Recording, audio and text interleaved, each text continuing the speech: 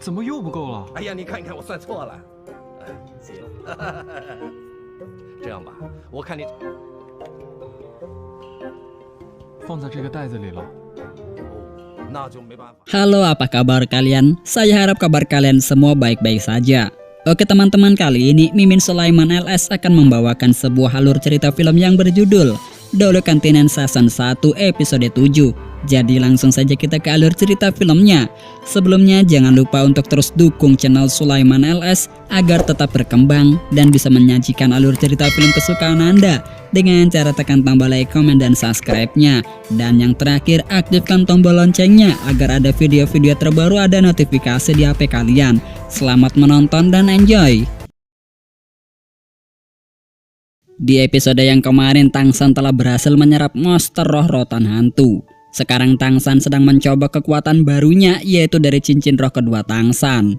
Jadi kekuatan barunya meneruskan kemampuan parasit rotan hantu.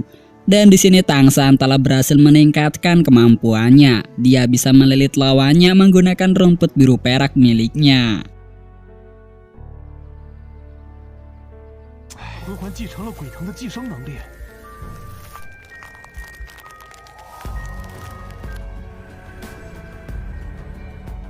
Lalu adegan film diperlihatkanlah ayah Tangsan yang memakai penutup muka untuk menghadang rombongan wali kota yang dijaga oleh para monster roh.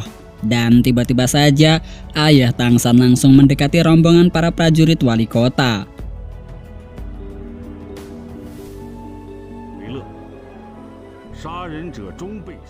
Selanjutnya malam pun telah tiba. Banyak sekali para warga kota Noding sedang merayakan sesuatu. Nampaknya mereka sangat gembira sekali. Saat itu datanglah Bailong, kemudian menanyakan kepada salah satu warga, "Ada apa ini? Kenapa banyak para warga yang berkumpul di sini?" Kemudian salah satu warga bilang kepada Bailong jika ini merupakan merayakan hari raya kematian wali kota karena tadi pagi wali kota telah tewas terbunuh oleh seseorang yang hebat.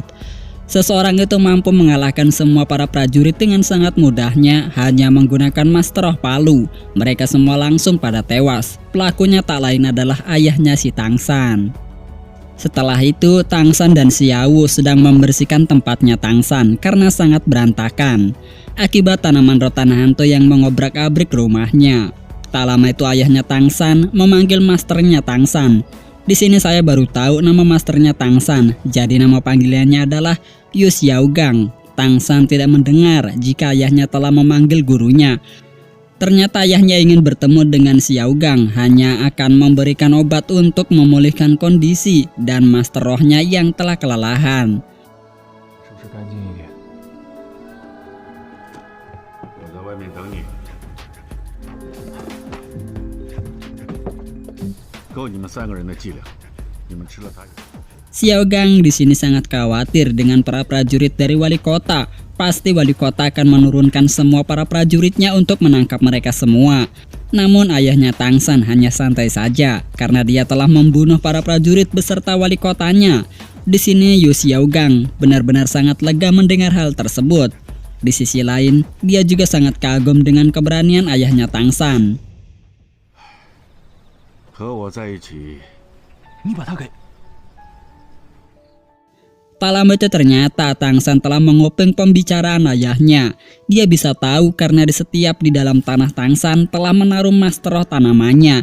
Jadi sewaktu-waktu Tangsan bisa tahu jika ada orang yang datang ke rumahnya untuk mengantisipasi para prajurit Noding datang menangkapnya. 知道。谁教你的？ 他是要离开吗？唐三的爸爸是不是不？ Di sini Tangsan lalu berlutut dan meminta maaf kepada ayahnya karena Tangsan merasa bersalah telah membawa masalah ke dalam hidup ayahnya. Dia juga tahu ayahnya akan pergi meninggalkan dirinya. Tangsan meminta kepada ayahnya untuk tetap hidup bersama dengannya. Namun ayahnya menolak karena ayahnya juga mempunyai urusan yang belum terselesaikan. Ayahnya bilang kepada Tangsan, dia berpesan kepada Tangsan, dia harus menjadi master roh yang paling kuat. Kelak dia akan memikul beban yang sangat berat. Ayahnya berjanji akan menemui Tangsan kembali di saat Tangsan sudah menjadi master roh paling hebat. Dan akan menceritakan semua tentang rahasia dia dan istrinya yang sama sekali belum diketahui oleh Tangsan. 跟着您学习。你那么聪明，好了，我不应该离开家，我不应该去什。远远不够。我们加油！我说根本不重要，重要的是。 Jika ayahnya bilang sekarang tentang rahasia dirinya dan istrinya sekarang kepada Tang San, dirasa Tang San belum siap untuk mendengarkan rahasia mereka berdua.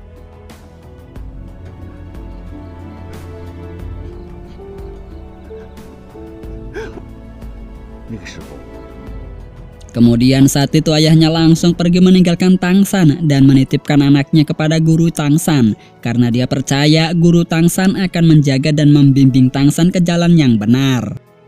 Lalu Tang San langsung bertemu dengan teman dan gurunya. Mereka bertiga sedang membahas tentang selanjutnya mereka akan pergi kemana dan akan berguru masuk ke akademi mana.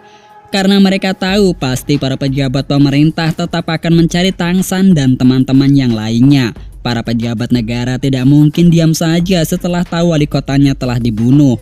Gurunya juga ternyata sudah memikirkan hal tersebut. Karena dia tahu jika di semua akademi yang nantinya akan dimasuki oleh Tang San dan Xiao pasti akan mengenal Tang San. Gurunya di sini sangat bingung harus pergi kemana lagi. 效力多久？终身不得退出。我想去最好的魂师学院，成为最……我答应过他，替他保密。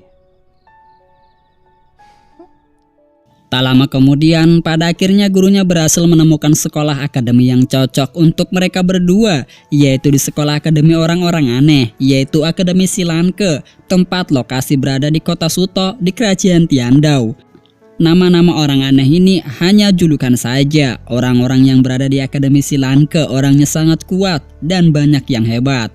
Kemudian Tang San dan Xiao pun setuju untuk memasuki Akademi Silanke. 好了，不，那他叫什么名字？史兰克。是啊，怪物学院只是个别称，成了名字。历史大潮滚滚向前。 Di sini Tang San langsung bersujud kepada gurunya karena telah membantu dirinya.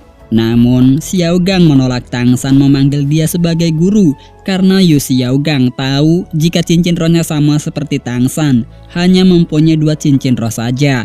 Dia juga tidak kuat tidak seperti para guru umumnya karena bagi Xiao Gang upacara pengangkatan guru ini sangatlah sakral.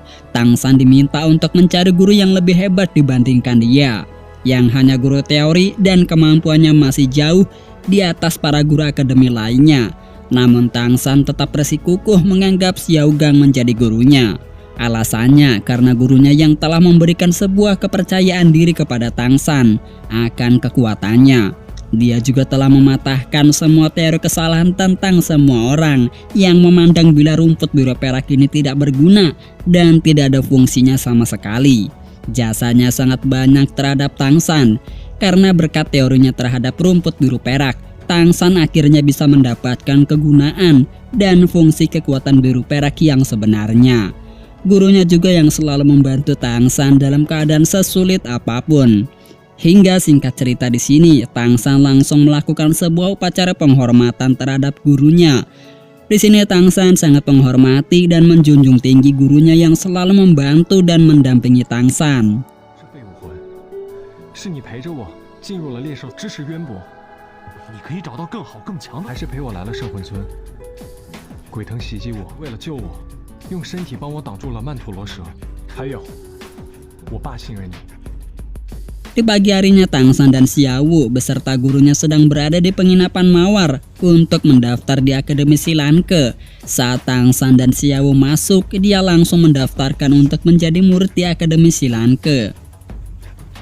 稍等我们一下，25一个人，我们是来史兰克学院报名的。 Namun ternyata uangnya tidak cukup untuk mendaftar di Akademi Silanke. Saat itu datang Su Yuntao bersama seorang gadis. Gadis tersebut juga ingin mendaftar di Akademi Silanke. 进去吧，后边院子，自己找房间住去吧。我们就还差一。老师，我 Saat si perempuan itu telah berhasil membayar uang administrasi untuk persyaratan masuk ke sekolah, Tang San dan Xiao pergi untuk membatalkan masuk ke akademi tersebut karena uangnya tidak cukup untuk membayar uang administrasinya. Namun ketika mereka berdua akan pergi, tiba-tiba datanglah salah satu muridnya yang mencegah Tang San untuk pergi. Ternyata niatnya guru akademi ini tetap saja menerima uang Tang San meskipun uangnya masih kurang.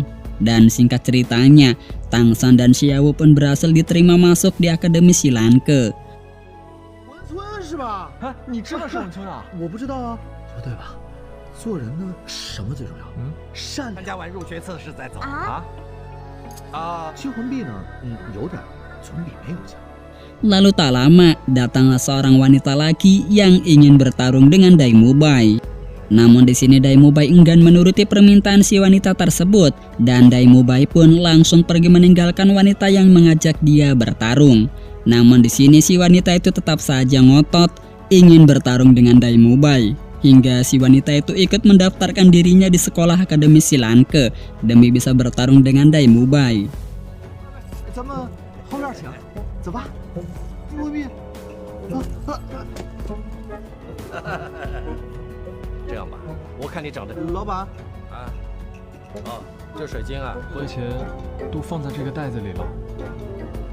Setelah perempuan tersebut telah membayar uang administrasinya, kemudian di sini Tang San melihat ada sebuah batu kristal di tempat itu. Kemudian di sini ia langsung ingin membeli batu kristal tersebut, meskipun ia masih belum mempunyai uang yang cukup. Pada awalnya pria tua itu tak ingin memberikan batu kristal tersebut, meskipun Xiao telah menukar dengan barang yang ia bawa.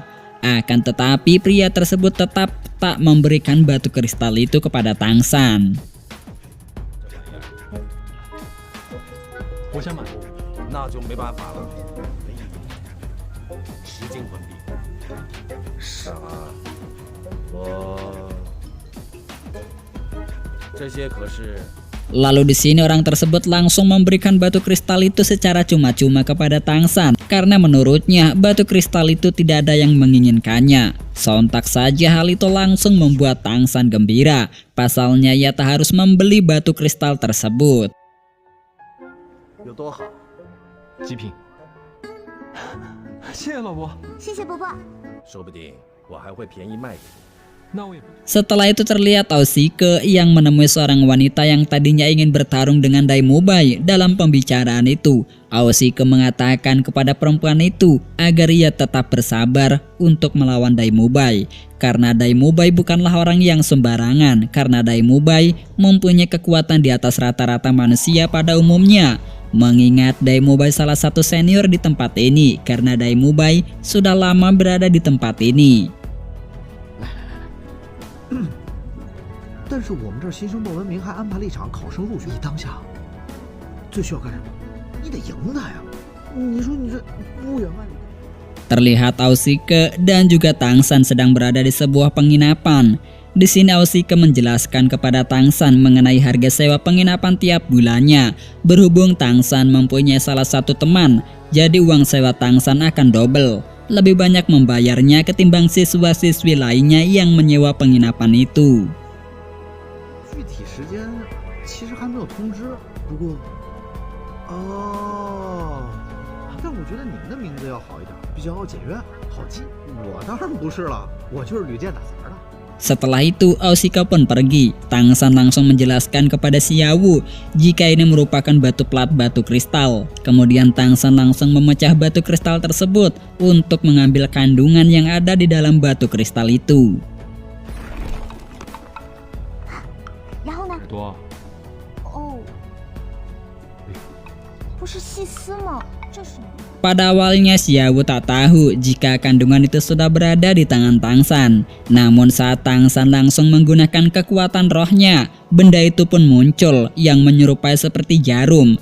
Ternyata alasan Tang San menginginkan batu kristal itu sebagai senjata rahasianya.